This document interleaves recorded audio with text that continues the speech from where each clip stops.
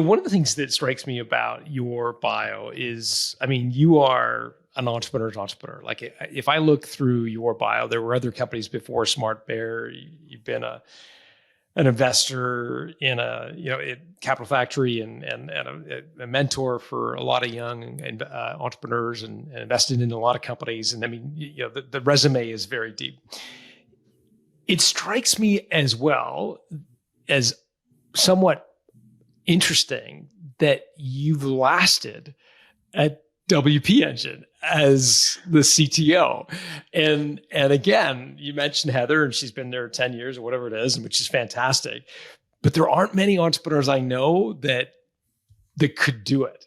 Mm-hmm. What's the secret of staying with your company after you've sold it or a portion of it in a secondary, as you described, without going nuts? Yeah, I can tell you exactly, because the framework I use is one that I made. Now I say that there's many similar ones. You won't think any of this is brand new information completely, but this particular formulation of it I made in order to make the decision to hire Heather in the first place, because of course this is a huge but you give it up, your CEO, and the ego that goes with that, and the power and control, and what if she messes everything up? Right? And it's all very rational. There's nothing wrong with that, any of those thoughts. So I had to figure out how do I think about the work that I do and what the company needs and all that. What do I do? Because emotionally, it's just hard, and it's just maybe even impossible emotionally only to make that kind of decision. And so intellectually, how can I do it? So I made this framework, which I've since talked about and wrote up. So I'll tell you here too, so no one has to do anything. I'll tell you right now. But if you want to see this, and also some of the prior art and some of the other details that is on my blog, which is long form it's just asmartbear.com. And then you can look at, it's called Fulfillment. If you look for that, then you'll see it. All right. So here it is. So you don't have to go look it up. So there's this 3-circle Venn diagram, and I know Venn diagrams are super boring, and you don't need another Venn diagram in your life. And guess what? The center of the Venn diagram is the best part. What a shocker. I think someday I'm going to make a Venn diagram where it's not some sliver on the right is the good part. Yeah. Yeah, that'd be pretty cool. Okay. It's one of these. So, but bear with me. So the point of this though is there are these 3 things. And if you have 2 of the 3, it's a trap, because you feel good. You feel like it's good, and it's bad actually. That's why this particular thing is, in fact, got some insight to it. And so I'll explain, because I made this because I felt these problems in it myself. And so, okay. So 1 circle's joy, what you love doing. Easy to know what this is. I mean, sometimes it's hard to write down, but easy because you just do it automatically. When you're procrastinating, this is what you do. For technical founders, it's usually you should be making sales calls or working on marketing, but you go write features because that's what you like, or fix a bug because you can. So that's a classic example of joy. Skill is what you're good at. So joy and skill, second one, that obviously should be pretty clear. And the third one is, what does the company need done? So I call that need. What does the company need to have done right now? What does the company require? So joy, skill, and need. So the idea is, of course, you should be doing stuff that's all 3 because of obviously, so that part's the obvious part. The part that's not obvious is these traps. So let's say you're in an area where it's joy and skill, which is common actually, because often you like the things you're good at, but the company doesn't need it done. This is so classic. You're smiling right now because you're like, oh yeah, totally. So this is the classic, the great developer who is great and they're just working on the code, and meanwhile there's not enough sales. The company needs more sales, not another feature that doesn't lead to more sales. Classic problem. And you get into flow. That's the flow state, skill and joy. So you also feel good. You feel like this is very effective and productive. And in a sense, it is productive, but it's sort of like one of those things where you're running very fast, but in the wrong direction. So the running very fast part is productivity, but the in the wrong direction part means it's actually unproductive. Mm-hmm. But you don't see that, and you're a founder, so no one can tell you that. And so you just keep running in the wrong direction. So that's a clear one. Another one, which I ran into, well, we've all run into that one. I mean, come on. Another one, which I ran into at SmartBear, is when it's skill and the company needs it, but you don't love it. You're good at it and the company needs it done. So of course that feels good. I'm good at accounting and the company needs good accounting. Duh. So this is fine. Or the company does need sales. I'm actually pretty good at it, so I'm doing it. This happened to SmartBear. That's exactly what happened. I tried to hire salespeople, but it didn't work out, which is my fault, of course. Nevertheless, here we are. And so I have to be on the phone all the time or on the road all the time, and I don't like that. So I resent it. But I am good at it. I make the sale. We closed 50% of our demos, so I'm good at it. And of course the company needs sales, like duh. But I'm burned out. So that feels good is not good. And sometimes any kind of like hard charging people, not just founders, a lot of times we're like, it doesn't matter if I like it. It doesn't matter if I'm having fun. I'm not going to have fun every day. I want to be successful and productive, and so you're right. You're not going to love everything. So that there is a place for that attitude, right? But ultimately, if you're sitting there all the time, like it's no good. And also, why did you make this company so you hate every day? Like that doesn't make sense, actually. So on a short time scale, that's fine. On a long time scale, it's very bad. And what are you doing? Why are you doing this? And then the last one is you love it and the company needs it done, but you're not good at it. And this also happens more than you want to admit, because as a founder, you think you're the best at everything, smart at everything, etc. And just saying that just proves that you're not good at it. It proves you don't know what good looks like, which makes it all the more reason why you're a problem and you're in the way of what needs to be done. So like a classic example would be like, oh, we should do affiliates. Like affiliate sales seems like a good idea. I'm going to try it. What? That's a whole expertise. You're going to try it. So you probably fail. And then what? You're going to conclude affiliates don't work. Now what's fun is we have competitors at WP Engine where that's exactly what happened.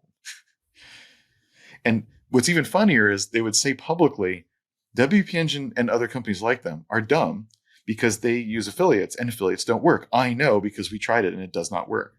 Like, yeah, but you're bad at it. It works really well for us. All you're doing is actually saying I'm bad at it and don't know it. Great. Well, then that's not a growth channel for you, I guess. So classic thing. So that's why I think the 3 rings are actually useful, because these traps are real and it helps you ID them. That's actually kind of helpful. And how does this relate back to Heather and right. the fact that you've been able to stay? So just a simple application. All right, we're at 60, 70 people. So the CEO, what does the company need now from the CEO? Well, we need to go from 60 to 500 people over the next few years, because we're still growing really fast. And there's all kinds of things that it means to be the CEO in that environment. It means running the board. It means hiring and managing an executive team, the kinds of which we don't have. So like going and hiring and managing the type of people that are not here yet in order to then build out a global sales organization, a real marketing department, and so on and so forth. Support is starting to really scale, starting to hit scale things that has to be addressed. We're going to need real finance and HR and stuff at some point here. And there's just a lot more people and what it means to like rally everyone and the processes and meetings and stuff that are necessary to manage all of this stuff. And so just taking that out, is this those kind of bullet points of what the JD is? Is that something that is in the middle of that? Do I want to do that? Does it sound fun? Am I good at it? Does the company, we define this as what the company needs. So you're going to the other 2 now. And yeah, some of them sound fun and some really don't. And some of them I think I would be good at and some of it really not.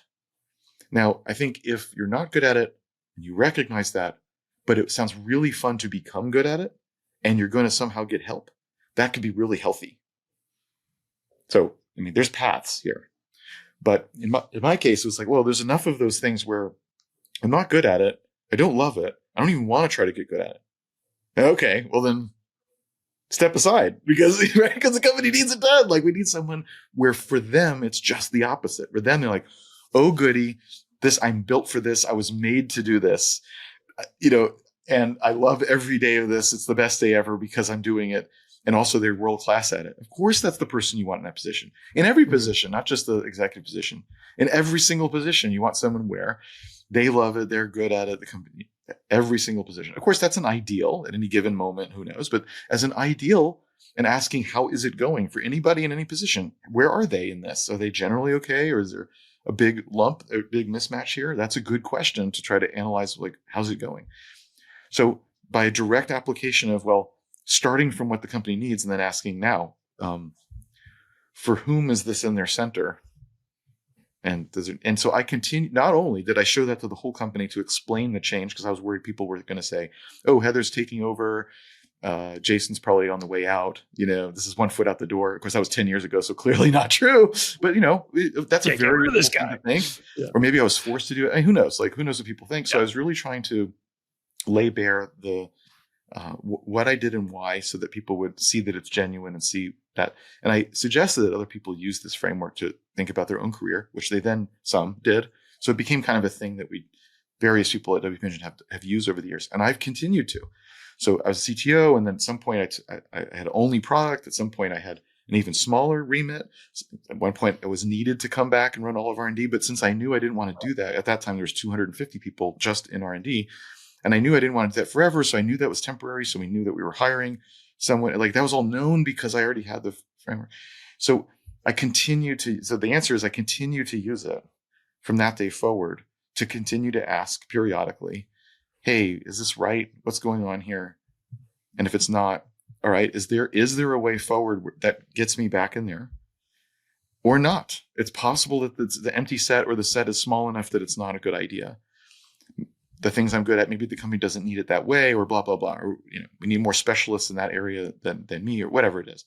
So it is true that a founder has a special presence and a special impact that maybe doesn't fit that framework. You could say the company needs it, but I think it's better just to say it's outside of that framework. It just doesn't fit. I was told this, and it's always stuck with me, and I've used it since then, but I was told this early at WP Engine. We had maybe 3 years in, we had a VP of sales that came out of Rackspace, which is a company out of San Antonio, that he was employee 16. They ended up being $1 billion a company, but this is back in the day when that was really, really hard. They went public and all this. He saw a lot, and he saw what happened when the founders eventually left. He said, it just changes things. It's hard to put your finger on exactly what. It's just different. And he says that the thing that everyone really missed was the founders would just walk around and talk to people about stuff. No agenda, no slides, just they would just visit a team meeting, or they just do or just, and just talking to somebody as a founder is different from anyone else, and always will be. You have a special thingy. And so when you think about your job description as a founder, that's part of it, even though it's ineffable. There's no metrics. How much time should you devote to that? I have no idea. It's hard to pin down, but it's real. And when it's not there, it's a big deal. And so maybe there's an extra star of that's outside of that. You could say the company needs it or something like that, but I think it's better to say that's a little magical thingy so it's possible that you could be not in the center and not have any real responsibility and just float around. I just feel like that's not a good, healthy place to be. And so that's not good enough. But it is a consideration.